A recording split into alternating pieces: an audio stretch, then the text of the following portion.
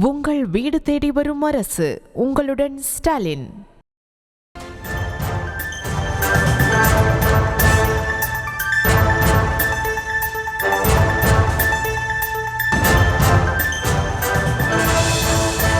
அண்மை செய்தியாக பார்த்து வருகிறோம்.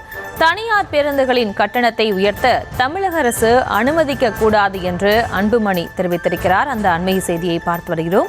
இவர்களோடு இணைகிறார் நமது செய்தியாளர் ராஜேஷ். வணக்கம். மேலும் விவரம். பிரியங்கா வணக்கம். பாமக தலைவர் அன்புமணி ராமதாஸ் அறிக்கை ஒன்றை வெளியிட்டிருக்கிறார்.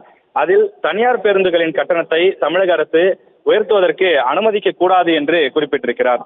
தமிழ்நாட்டில் தனியார் பேருந்துகளின் பயண கட்டணத்தை உயர்த்தி கொள்ள அனுமதி என்று தமிழ்நாடு அரசு முடிவு செய்திருப்பதாகவும் அதற்கான அறிவிப்பு எந்த நிமிடம் வேண்டுமானாலும் வெளிவரக்கூடிய அளவில் தயாராக இருப்பதாகவும் அவர் தெரிவித்திருக்கிறார். ஏற்கனவே திமுக ஆட்சியிலே மக்கள் பல்வேறு அந்த விலைவாசி உயர்வை சந்தித்து வரக்கூடிய நிலையில் இதில் தனியார் பேருந்துகளும் கட்டண உயர்வு என்றால் அவர்கள் துயரம் மேலும் அதிகரிக்கும் என்றும் அவர் குறிப்பிட்டிருக்கிறார். ஏற்கனவே மின் கட்டணம் என்பது எப்படி ஜூலை மாதம் ஆனால் ஒவ்வொரு ஆண்டும் உயர்த்தப்படுகிறதோ அதே போல இனி பேருந்து கட்டணமும் ஆண்டுக்கு ஒரு முறை உயர்த்தப்படும் என்றும் தமிழக அரசு மட்டுமின்றி தனியாருக்கும் மக்களை அதிக அளவில் சுரண்டுவதற்கான ஒரு வாய்ப்பாக இது முடியும் என்றும் அவர் எச்சரிக்கை விடுத்திருக்கின்றார்.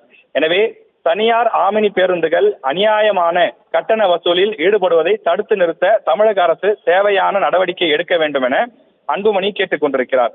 மேலும் தனியார் பேருந்துகளிலும் கட்டணத்தை அரசே நிர்ணயம் செய்ய வேண்டும் என்றும் ஏற்கனவே இது தொடர்பாக சென்னை உயர்நீதிமன்றம் பலமுறை தீர்ப்பளித்துள்ளது எனவும் எனவே அவற்றை செயல்படுத்த தமிழக அரசு முன்வர வேண்டும் எனவும் அன்புமணி கேட்டுக் கொண்டிருக்கிறார்.